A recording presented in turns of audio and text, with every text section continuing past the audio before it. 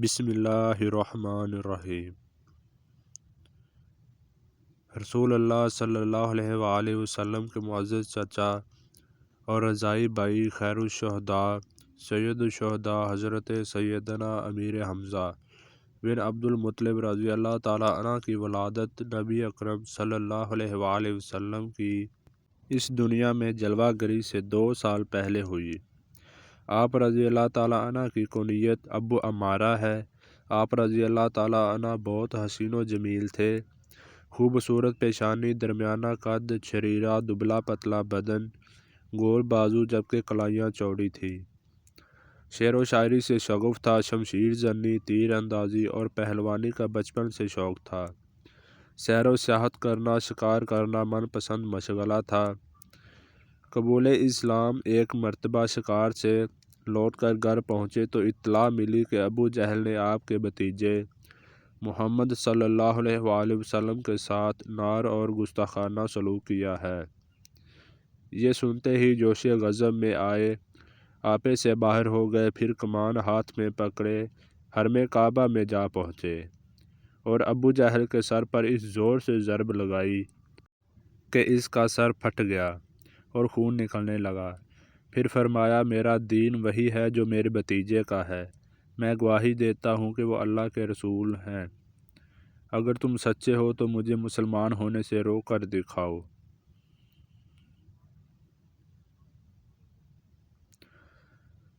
ہمارے آقا محمد مصطفیٰ صلی اللہ علیہ وآلہ وسلم آپ رضی اللہ تعالیٰ عنہ سے بے حد محبت کیا کرتے تھے اور فرماتے تھے، حکایات محبت کے اظہار کے انداز جدا گانہ ہوتے ہیں۔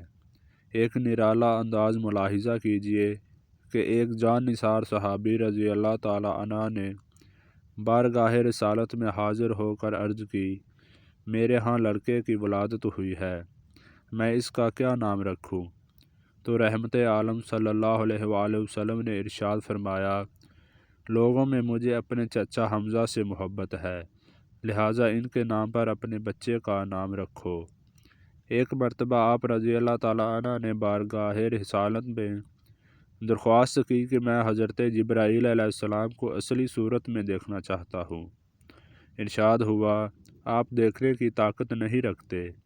آپ نے اصرار کیا تو نبی کریم صلی اللہ علیہ وآلہ وسلم نے ارشاد فرمایا، زمین پر بیٹھ جائیے۔ کچھ دیر بعد حضرت جبرائیل امین علیہ السلام حرم کعبہ میں نصب شدہ ایک لکڑی پر اترے تو سرور عالم صلی اللہ علیہ وآلہ وسلم نے ارشاد فرمایا، چچا جان نگاہ اٹھائیے اور دیکھیے۔ آپ نے جو ہی اپنی نگاہ اٹھائی تو دیکھا کہ حضرت جبرائیل علیہ السلام کے دونوں بازو پاؤں سبز زبرجد کے ہیں۔ بس اتنا ہی دیکھ پائے اور طلاب نہ لا کر بے ہوش ہو گئے۔ رمضان المبارک 1 ہجری میں 30 سواروں کی قیادت کرتے ہوئے اسلامی لشکر کا سب سے پہلا علم آپ رضی اللہ تعالیٰ عنہ نے سنبھالا۔ اگرچہ لڑائی کی نوبت نہ آئی لیکن تاریخ میں اسے سریہ حمزہ کے نام سے جانا جاتا ہے۔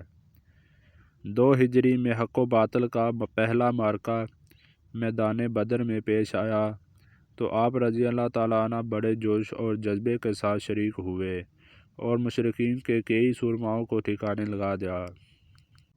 آپ رضی اللہ تعالیٰ عنہ اپنے سر پر شتر مرغ کی کلگی سجائے ہوئے تھے جبکہ دونوں ہاتھوں میں تلواریں تھامے اسلام کے دشمنوں کو جہنم واصل کرتے ہوئے اور فرماتے جاتے کہ میں اللہ اور اس کے رسول صلی اللہ علیہ وآلہ وسلم کا شیر ہوں۔ شہادت 15 شوال المکرم 3 ہجری۔ غزوہ احد میں آپ رضی اللہ تعالیٰ عنہ نہایت بے جگری سے لڑے اور 31 کفار کو جہنم واصل کر کے شہادت کا تاج اپنے سر پر سجا کر اس دنیا سے رخصت ہوئے۔ شوال کی 15 تاریخ ہفتہ کا دن تھا۔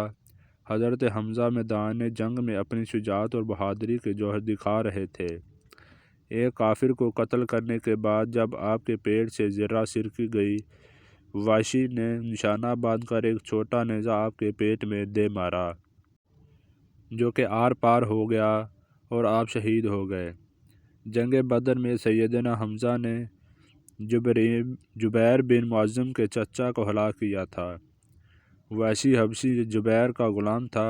جبیر نے اسے کہا تھا اگر تم میرے چچا کے عوض محمد صلی اللہ علیہ وآلہ وسلم کے چچا کو قتل کر دو تو تم میری طرف سے آزاد ہو۔ اس طرح ہندو زوجہ ابو سفیان نے بھی وحشی کو بہت سے انعامات دینے کا اعلان کیا۔ اسی لالچ میں وحشی حبشی نے حضرت حمزہ کو شہید کر دیا۔ اللہ کی شان، اس نے حبشی وحشی بعد میں اسلام لانے کی توفیق دے دی۔ حضرت حمزہ کو شہید کرنے کے بعد کافروں نے آپ کا پیٹ چاک کیا اور کلیجہ نکال لیا۔ ہندو زوجہ ابو سفیان نے کلیجہ کو چبایا، نگلنے کی کوشش کی لیکن نگل نہ سکی، پھر اسے تھوک دیا۔ کافروں نے عورتوں نے حمزہ کے دیگر اور شہداء کے کان ناک کاٹ کر انہیں لڑی میں پرویا اور ان کے کڑے بازو اور پاوزیب بنائے اور انہیں پہن کر مکہ میں داخل ہوئیں۔ جب نبی کریم صلی اللہ علیہ وآلہ وسلم نے حضرت حمزہ کے جسم کو دیکھا تو آپ صلی اللہ علیہ وآلہ وسلم رونے لگے۔ آپ کے کٹے ہوئے جسم کو دیکھ کر شدت غم سے آپ صلی اللہ علیہ وآلہ وسلم کی آواز بلند ہو گئی۔ پھر آپ صلی اللہ علیہ وآلہ وسلم نے ارشاد فرمایا حمزہ شہید الشہداء ہیں۔ نبی کریم صلی اللہ علیہ وآلہ وسلم حضرت حمزہ کے جسم کے پاس کھڑے تھے۔ آپ صلی اللہ علیہ وآلہ وسلم نے حضرت حمزہ کو مخاطب کرتے ہوئے فرمایا اے چچا جان، اللہ تعالیٰ آپ پر رحم فرمائے۔ بلا شبہ آپ خوب صلہ رحمی کرنے والے اور کثرت سے نیکیاں کرنے والے تھے۔